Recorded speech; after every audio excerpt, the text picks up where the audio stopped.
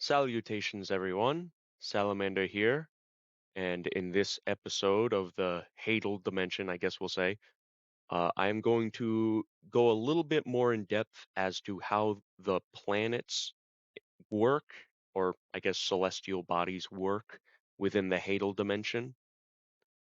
So, planets, how they form and all that is not, it's not too dissimilar from, uh, our universe. It's essentially just all the matter coming together through gravity and all that, and just poof.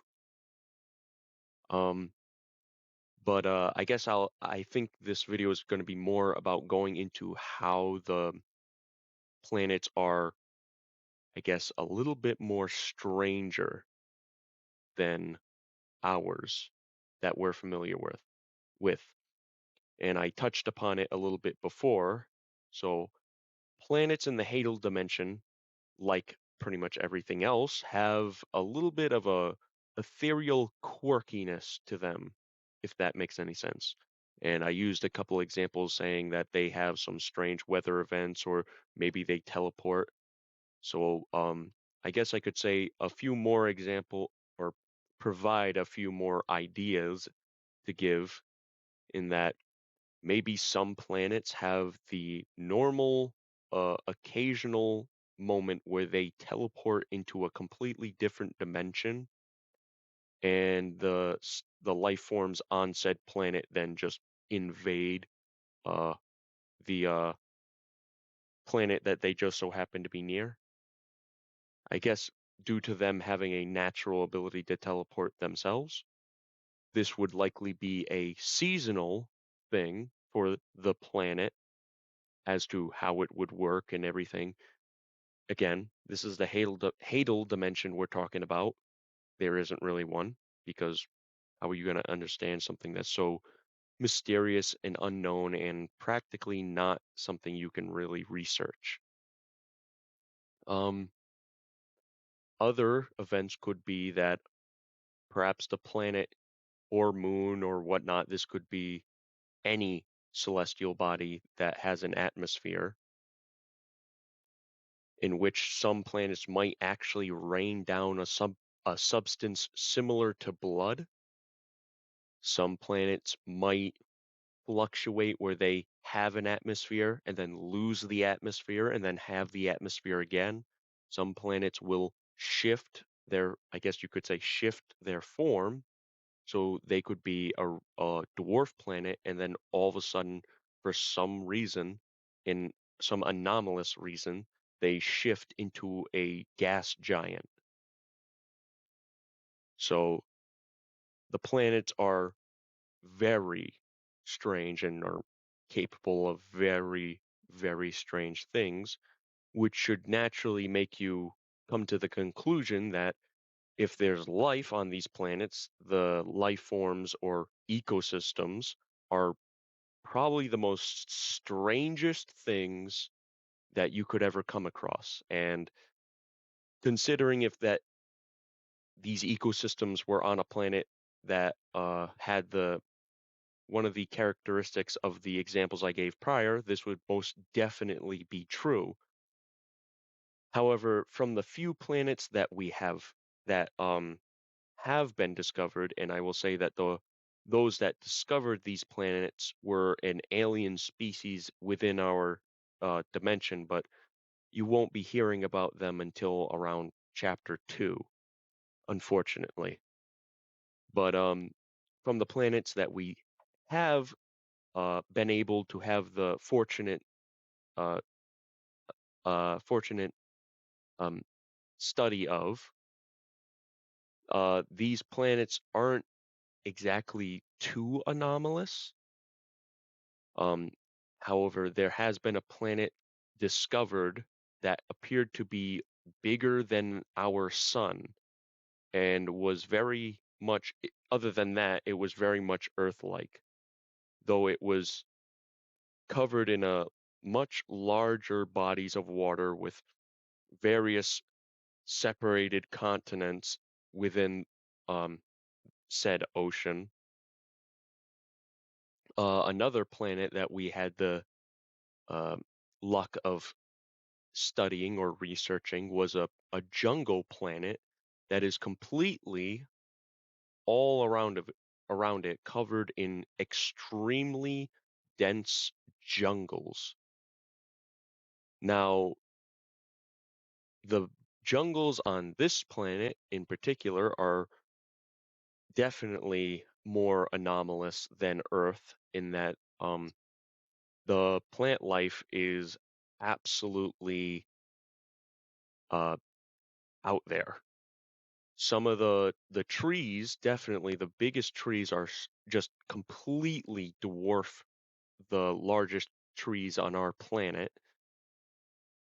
Um, there are plants that are carnivorous, there are plants that are poisonous, there are plants and carnivorous plants that are venomous and poisonous, and all the in-betweens of all those.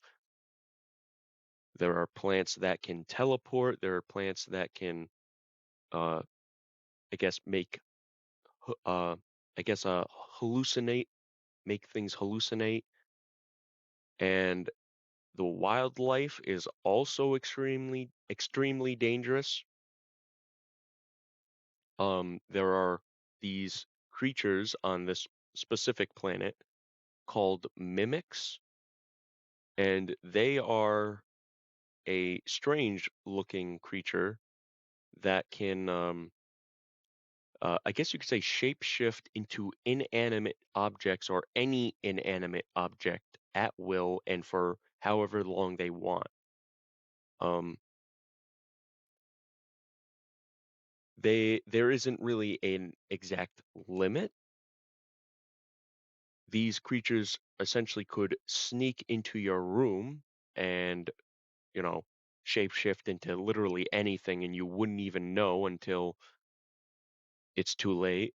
And yes, these mimics are carnivores, but they aren't the apex species or apex predators of this planet. In fact, the apex predator of this planet that I'm describing is I'm sorry, is a macro hunter, which that macro hunter is going to have its own respective video and thus more um, a bit more description on this planet as well. Um, and there are other planets or even moons there that are anomalous. The moons also have life on them. Not every single one, obviously, and not every single planet has life on it, as I described or stated in the previous, in the chapter 1 video, that life on these planets and moons and all these other celestial bodies can go extinct. These can become barren. These can become they can thrive with life. It's all a matter of just the ecosystem. I guess yeah, the ecosystem, the in the situation and the anomalies and all that. However, I will say that just because some planets might be barren for a good portion of their existence does not mean that they are never going to have life on them. Sometimes it's just, the life is there and then it's gone because it went extinct. But eventually just there will be a species that is able to survive permanently on these planets, and thus a new permanent ecosystem is established on these strange planets or celestial bodies in general.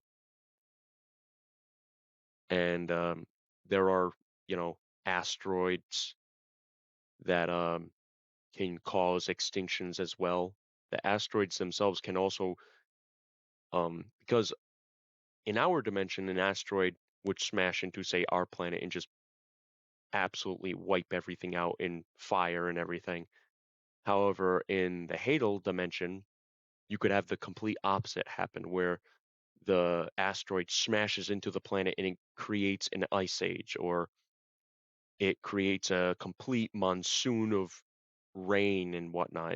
It's pretty much, the possibilities are endless as the whole Hadal dimension is infinite. So possibilities are infinite, and it basically comes down to the composition and anomalies that the asteroid or rock is made of.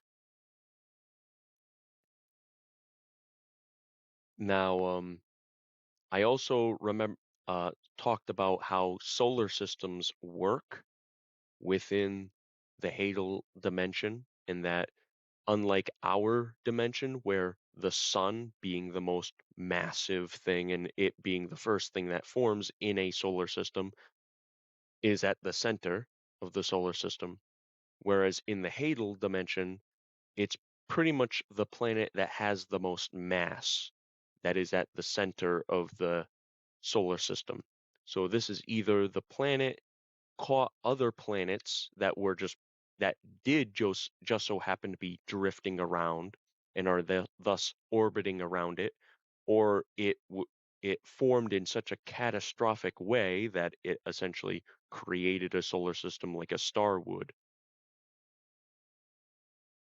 I also talked about how in the Hadal dimension there are these clusters, almost coral reef-esque clusters of planets, in which I guess was a bad terminology to say there, because that gives the idea that they're all, connected or something.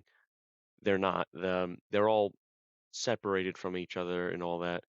I merely say coral reef, like because of the fact that they're just um, in a figurative way where most of the life is, just like how most of the life we know of in the ocean is found in the coral reefs.